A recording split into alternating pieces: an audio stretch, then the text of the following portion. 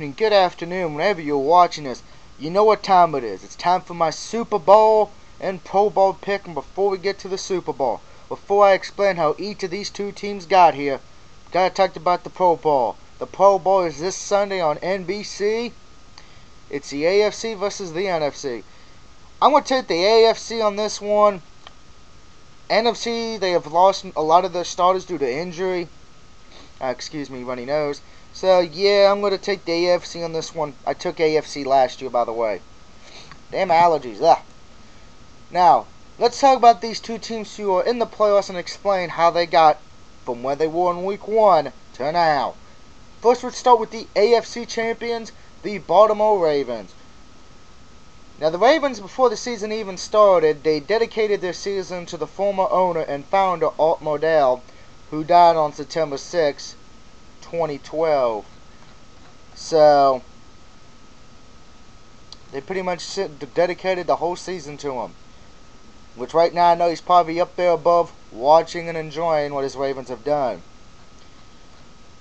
Now, in Week 1 of the NFL season, they beat the Cincinnati Bengals. And ironically enough, it would be the 5th consecutive season the Ravens have won their season opener and started the season 1-0.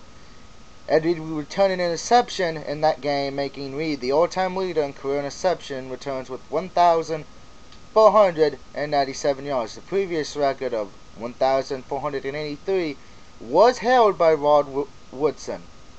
They would lose to the Eagles in what was a very close game, 23-24,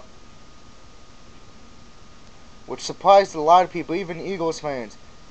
The Eagles would come back and beat New England 31-30. Very close.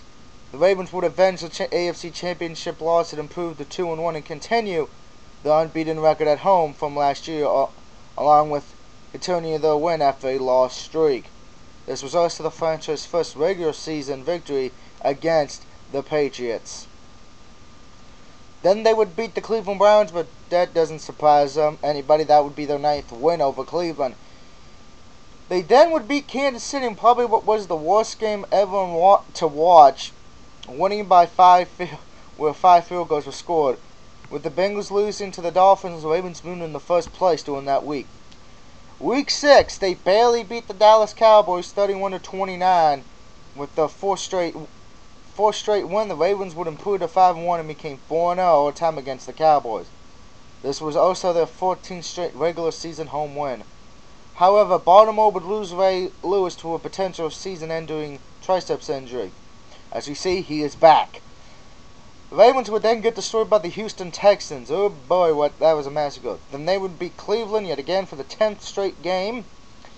Then they would beat the Oakland Raiders, soundly beat the Oakland Raiders. And then would beat Pittsburgh 13-10 in Pittsburgh, which surprised a lot of people. They would then beat San Diego and this is what pretty much cost Norv Turner his job. The game went in overtime with a field goal by Tucker. The field goal was set up by a conversion of 4th and 29th play where Joe Flacco completed a short pass to Ray Rice. Rice raced for 29 yards on the ground for the first down. With a surprising win, the Ravens moved into 9-2, getting revenge for last year's loss against San Diego on Sunday Night Football. Then the Ravens would take a downfall for the next few weeks, losing to Pittsburgh, losing to Washington, which surprised a lot of people, including myself, and then getting destroyed by Denver. But luckily for the Ravens during that Week 15, the Steelers lost to the Cowboys, giving the Ravens a playoff spot at least. Ravens would then beat the New York Giants soundly, not only improving to 10-5, but also clinched the AFC North, guaranteeing them the 4th seed. Ravens would then lose to the Cincinnati Bengals. So the Ravens during the season did pretty good. They did not end on a great note. You know, they went 10-6, won the division. But now we talk about their playoffs. This is where things get fun.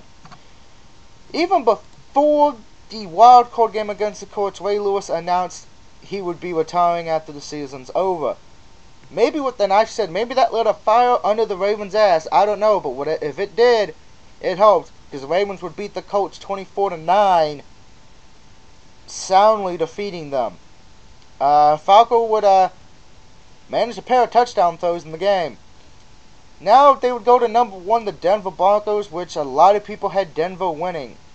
But the Ravens somehow held on and won the game in the second overtime, 38-35. Now the reason a lot of people are mad about this game is because of what many people to be controversial. Manning and the Broncos took a kneel down with 30 seconds left on the clock and 2 timeouts. Now, I'm sorry, I don't think Manning and the Broncos should get any heat for that.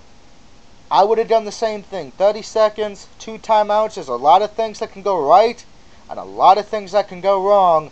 I would not take the risk. That is just me, though. Excuse me.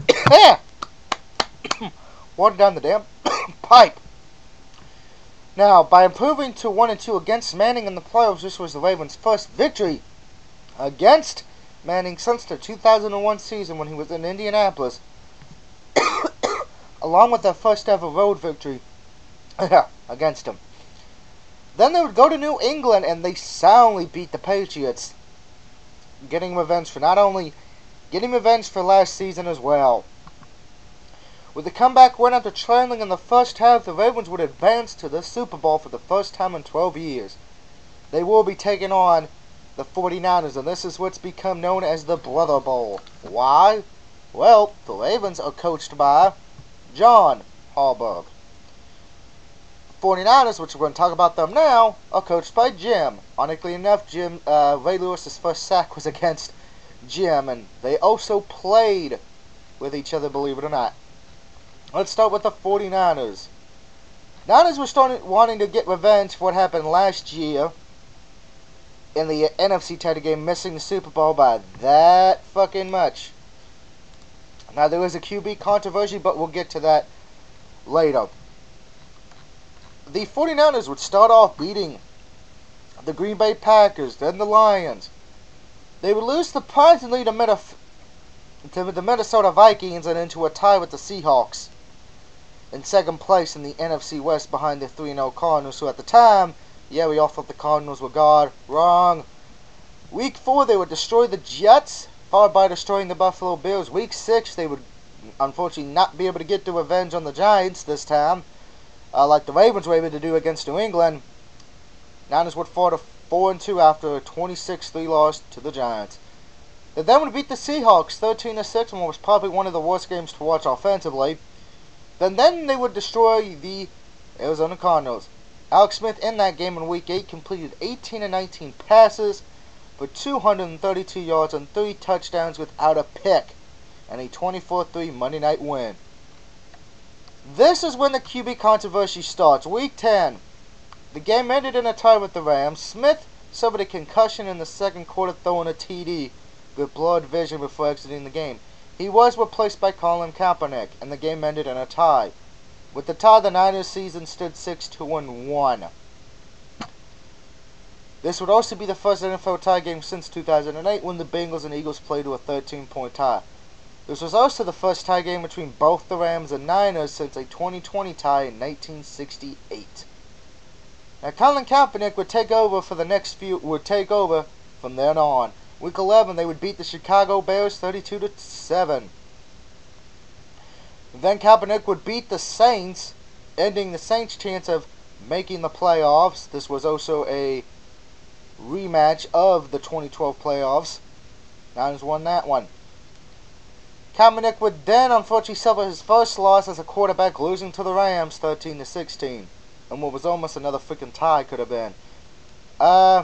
Then Kaepernick would beat the Miami Dolphins, the 49ers. New England would then New England would then lose to the 49ers in Week 15. That should have been our first clue. New England was not the team they were this year because they lost to They lost to the 49ers. Sorry about the webcam, guys. Anyway, yeah, they lost. Patriots lost to the Niners. That should have been our first clue how bad New England was. Then the Seahawks would destroy the 49ers in Week 16. Like I said, it's always hard to win at home. And then, in the last game of the season, Niners would destroy the Cardinals 27-13.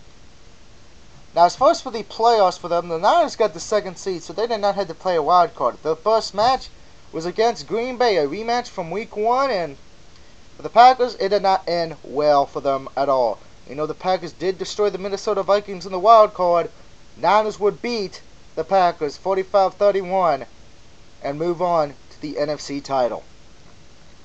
Then we go to that NFC title championship. Niners were here before. Unfortunately, Atlanta took an early lead, a 17-point deficit lead. But it was not meant to be. The Niners would make the comeback and win the game. Atlanta dominated that first quarter, but just like it was with the Seahawks the week before, Falcons fell asleep. This week it cost them a Super Bowl. They would miss the Super Bowl while the 49ers would make their 6th appearance. On a side note, the 49ers have not lost a Super Bowl. They are undefeated when it comes to that. Okay, they've been to now 6 Super Bowls. You could technically say they've won 5 already. The last win in a Super Bowl was back in 1994. They have won the 81, 84, 88, 89, and the 94 Super Bowl. Could they make it 6 now? We'll have to see. Now, as far as for my pick, I had a real hard time picking because I kept going back and forth on this a lot. And I'm taking the Ravens in this one. I'm taking the Baltimore Ravens. I know a lot of people may be shocked, may not be. Who knows? Now, Niners, I tell my hat to you. You're going for something that's never been done. You're going to try to win your 6th Super Bowl. You have not lost one. I tip my hat. But the Ravens, to me, have just been a team of destiny in these playoffs. They find out they're going to be losing Ray Lewis after the season's over. Since then, that's lit a fire under their ass. They beat the Colts. They beat Denver, which no one had them doing. They beat New England, which I can guarantee you a lot of people didn't have that happening. So they got to be the favorites. They've done, I tell my hat to the 49ers. You beat Green Bay soundly. You came back from a 17-point deficit to beat Atlanta. But I just feel with the way the Ravens have been playing, I think it's their time. It's their chance of destiny. And John will win the Super Bowl, not Jim. That is my pick for the Super Bowl, guys. Ravens over the 49ers. Let me know who do you have. Do you agree with me the Ravens will continue this run of destiny? Or do the 49ers go 6-0 and make and force Ray Lewis to not walk out a champion? That's another thing. Story reasons. Brother versus brother. And like I said, I'm taking the Ravens, but just think. Ray Lewis could get to do something very few athletes in sports get to do. Walk out a champion.